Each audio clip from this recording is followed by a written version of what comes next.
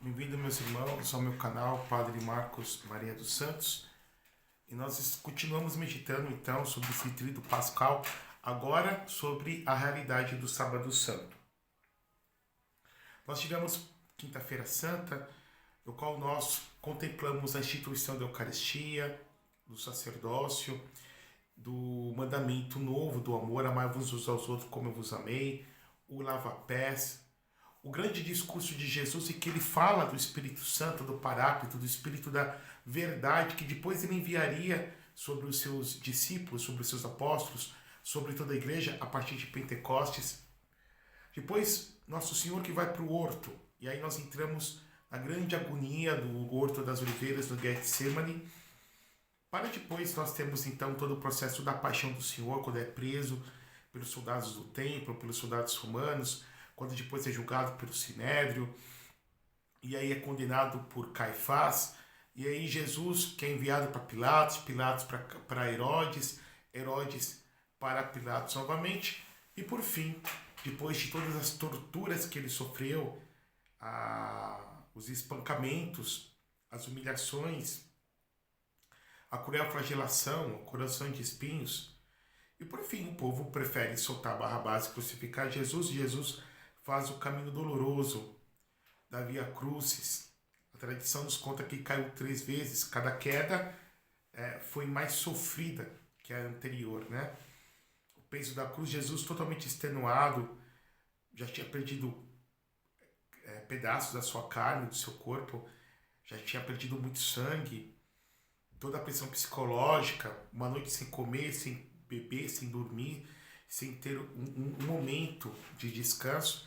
E por fim a crucificação, a agonia da cruz, a asfixia e a sua morte. E aí depois o soldado que golpeia o seu peito com uma lança para certificar-se do seu óbito.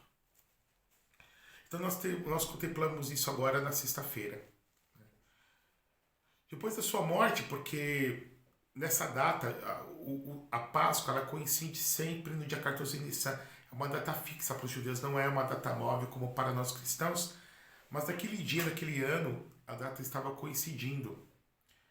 Então, eles tiveram que descer o corpo de Jesus às pressas, sepultá-lo às pressas, né?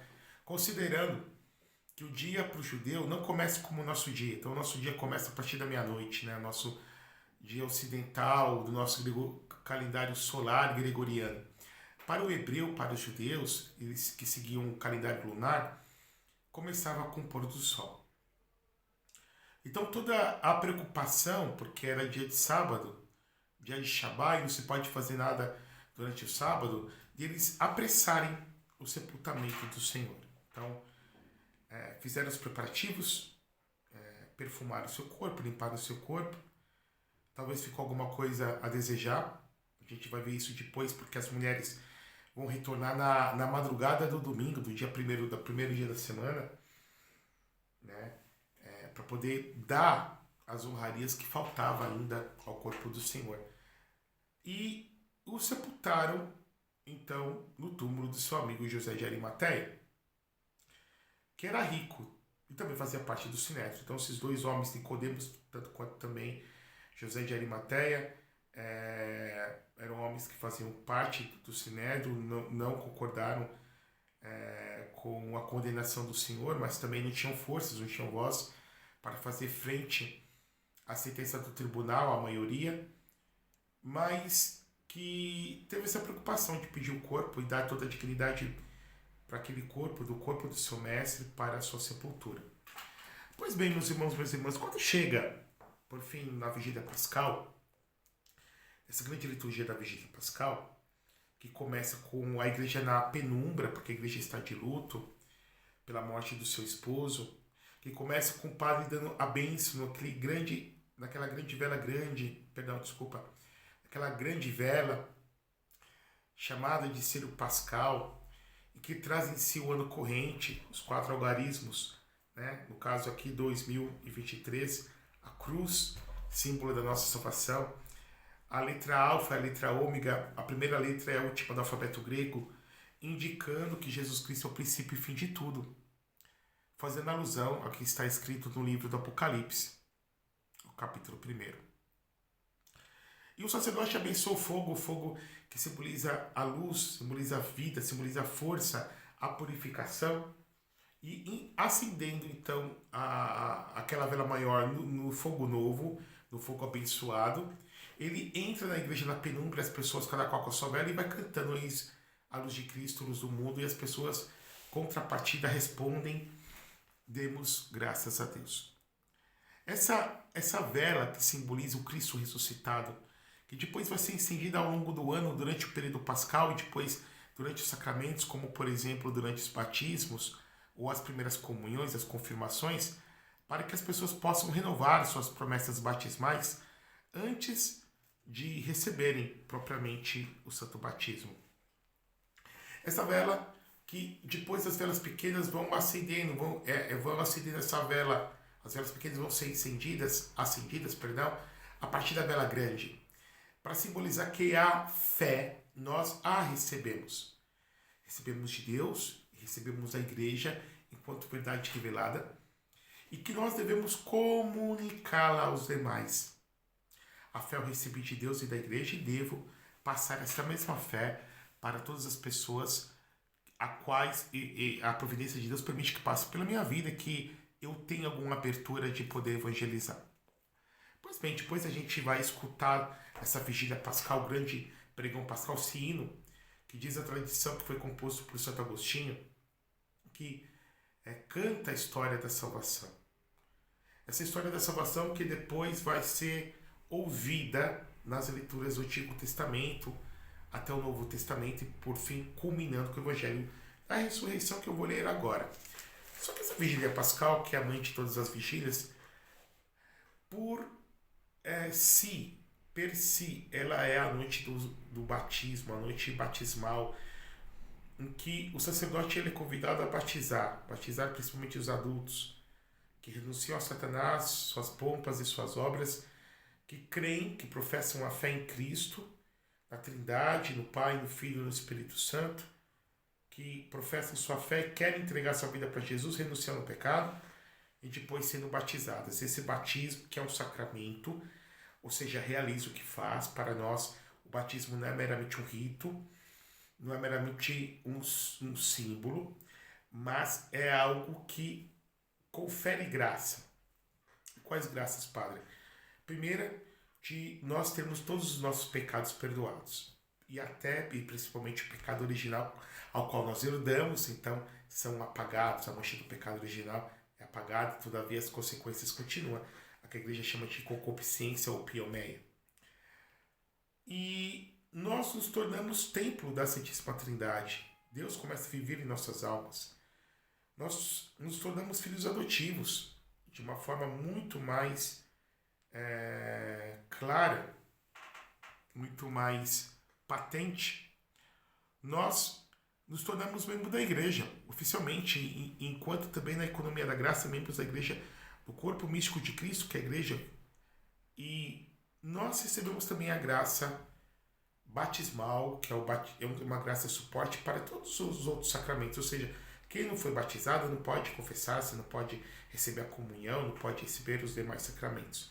Pressupõe que o batismo é essa graça suporte para receber todos os demais sacramentos. Recebemos a graça santificante, que nos torna, então, amigos de Deus, e um aumento da graça atual que faz com que nós possamos abraçar o que é bom e rejeitar o que é mau.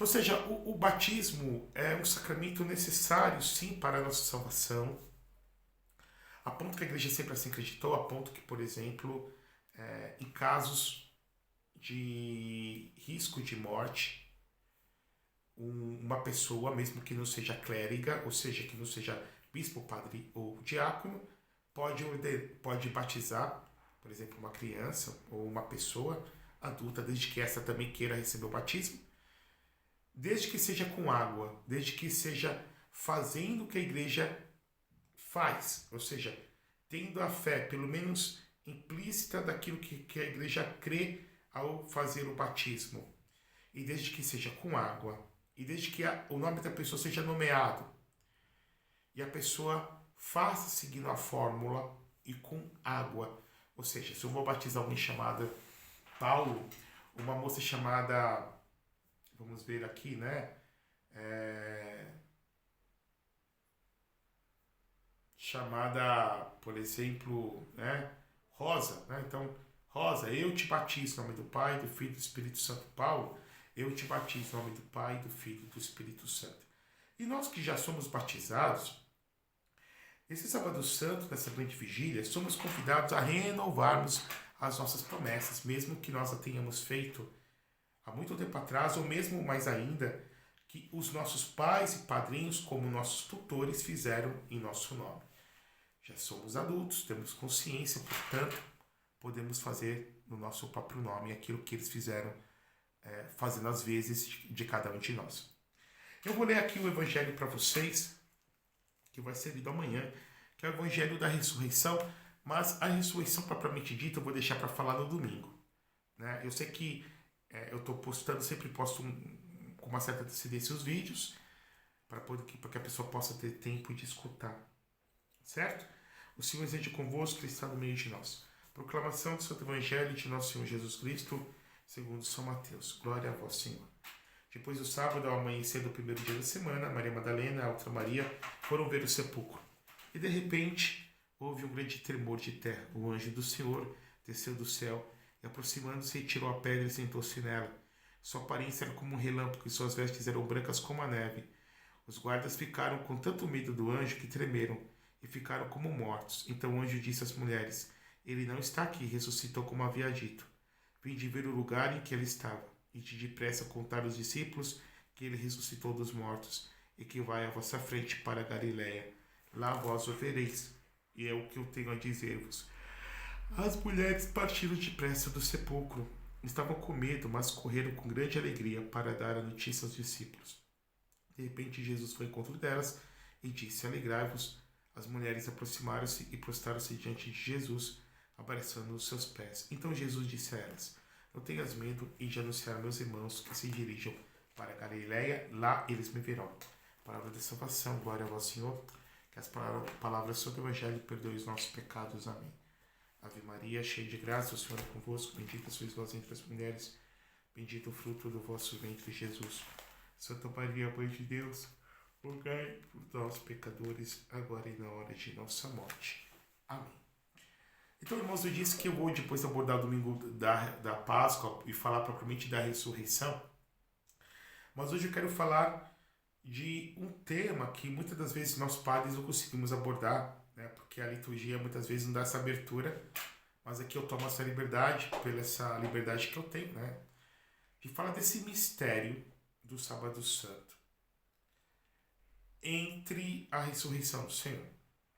Então, quando acontece a morte de Jesus, a gente tem que ter bem claro na nossa mente, no nosso coração, a partir da nossa fé católica, apostólica, romana, quem é Jesus Cristo. Então Jesus é uma pessoa divina.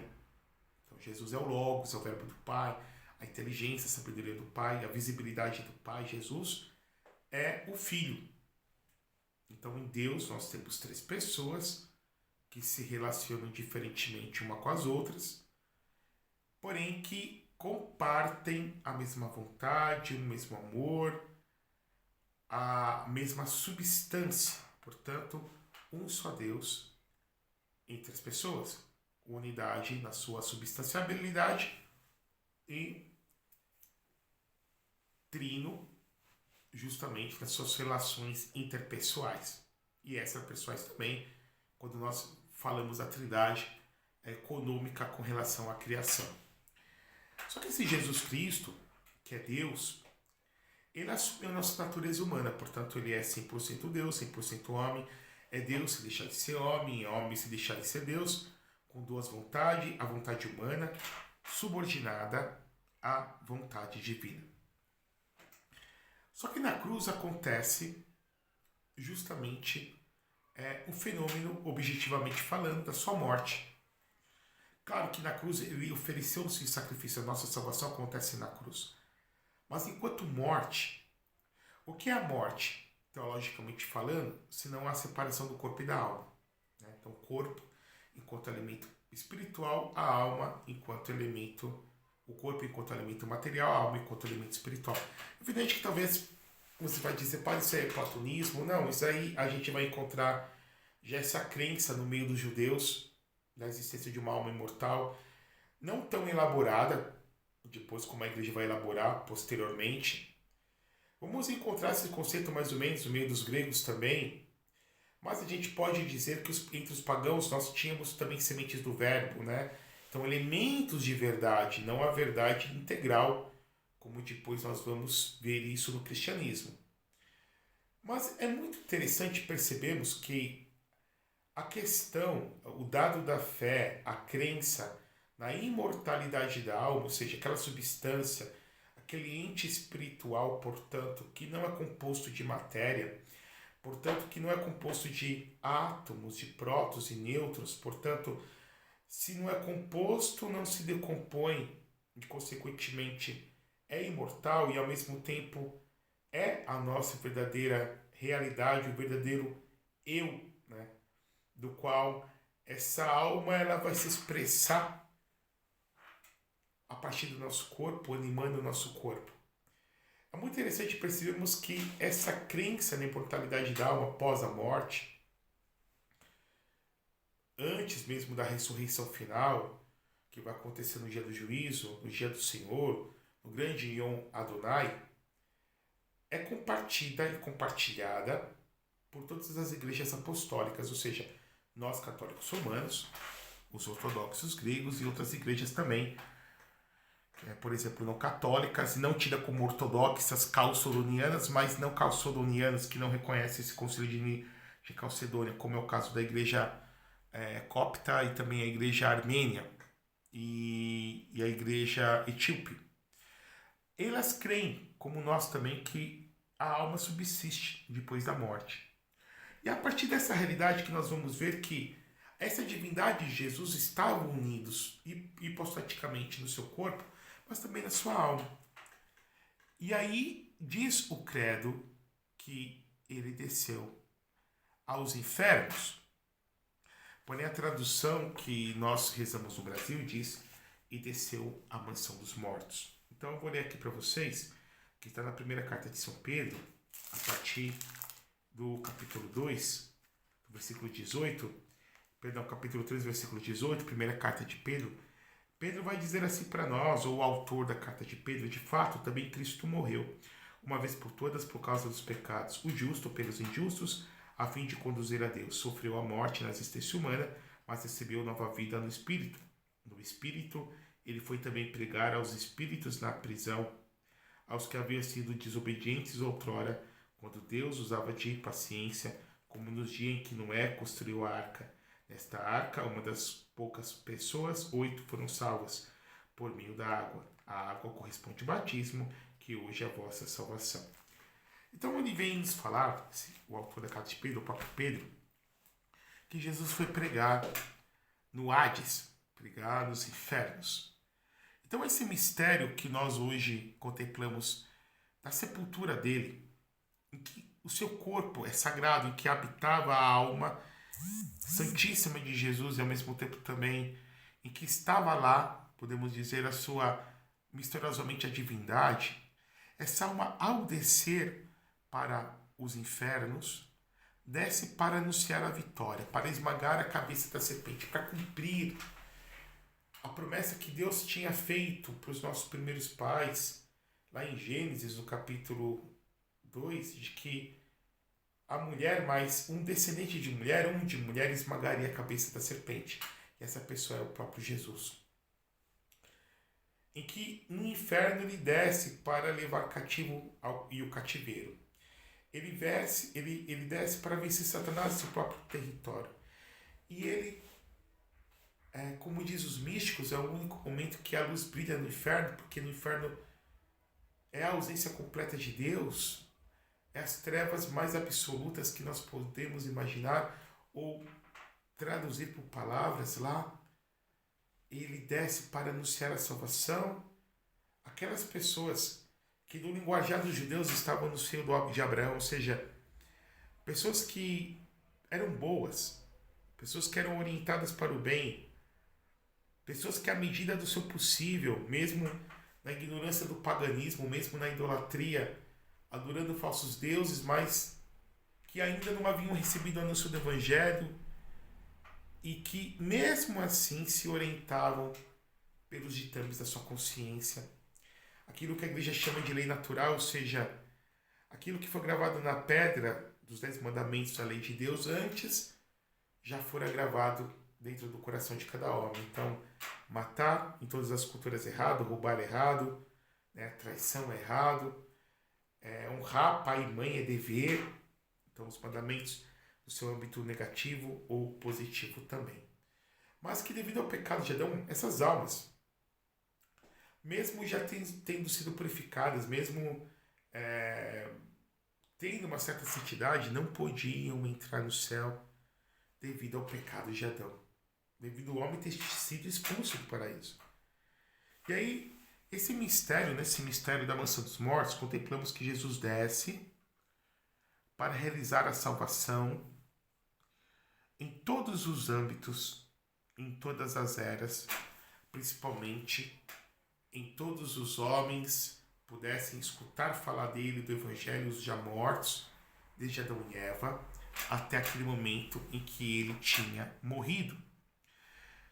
Nesse momento do Sábado Santo, nós contemplamos o amor das mulheres que lavaram o corpo do Senhor e depois iriam relavar, podemos dizer, cuidar de uma melhor maneira no domingo da ressurreição.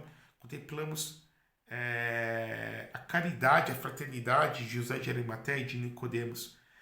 Mas também o sábado, que para os judeus é dia de descanso, que para nós cristãos, depois da ressurreição, esse dia foi deslocado, o 7º dia, para o domingo que também é chamado pelos padres da igreja de 8º dia, ou seja, além da perfeição. Então, um dia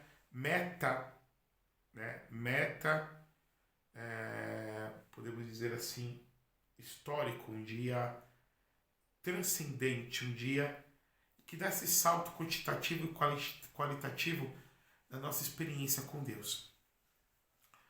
Pois bem, o sábado, a gente sabe pela narrativa bíblica, principalmente para os judeus, até hoje eles guardam o Shabá, é o dia em que Deus descansou das suas obras. Para dar um exemplo para nós, evidentemente que Deus trabalha sempre, mas o que o autor bíblico quer dizer para nós é que nós não podemos ser escravos do nosso trabalho e que devemos mesmo assim regular o nosso tempo, semanalmente dizendo, diariamente também, para dar culto a Deus e para estar com a família, para transmitir a fé.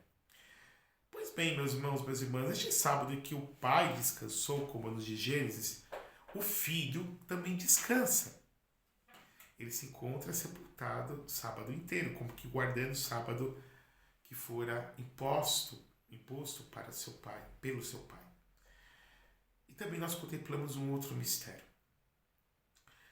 É muito interessante que cada dia da semana, geralmente nós dedicamos a um santo, algum momento da vida de Jesus durante a semana. Exemplo, segunda-feira, geralmente lembramos as almas do purgatório. Terça, os santos anjos. Quarta, São José. Quinta, a Eucaristia. Sexta, a Paixão do Senhor. Domingo, a sua ressurreição.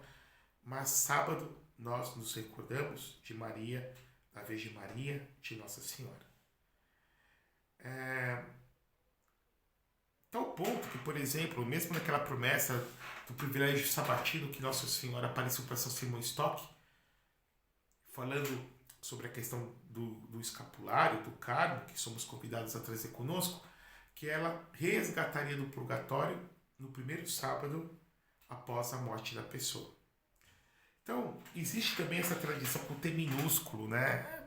Uma boataria santa, de que quem é muito devoto de Maria sempre morre em dia de sábado. No entanto, a pergunta é, o sábado, por que é dedicado comumente a Nossa Senhora? Se eu falei que domingo é a ressurreição, tá patente, ele ressuscitou no domingo. Segunda-feira, as almas do purgatório, mas por uma conveniência, uma conceição, dentro da própria igreja, os santos anjos na terça, São José na quarta, quinta, a Eucaristia também está patente, ele instituiu a Eucaristia numa quinta-feira, Sexta, sua paixão, mesma coisa também, morreu numa sexta-feira. Por que sábado Nossa Senhora? Então aí a gente vai aprender uma seguinte verdade. Que no sábado santo, em que todos tinham fugido, em que os apóstolos tinham perdido a fé, a ponto de Jesus, depois de ressuscitado, ter que resgatar essa fé no coração deles, a ponto de Jesus ter resgatado essa fé no coração de Pedro, como a gente vê lá no capítulo 20 do Evangelho de João, 3 negativas, 3 afirmações, dizendo que Pedro o amava mais que todos, e recebendo da parte de Jesus a missão de cuidar dos cordeiros e das ovelhas da igreja, do rebanho dele. Então, nesse sábado em que todos já tinham perdido a esperança e desistido de Jesus, já estavam pensando o que fariam das suas vidas, estavam se sentindo enganados, talvez pudessem passar pela tentação de imaginar Jesus como se fosse um embusteiro, a única que manteve a chama da fé, o fogo dentro da igreja, foi Nossa Senhora. Ela foi a única que não titubeou, que não vacilou, que não duvidou, que não targiversou, que não bambeou. Por isso que nós dedicamos, ou melhor, a igreja lembra com carinho, sábado dedicado a Nossa Senhora. Quando todas as luzes se apagaram, a única que estava lá dando força para aqueles homens, lembrando da promessa do seu filho, que ele haveria de ressuscitar, é Nossa Senhora.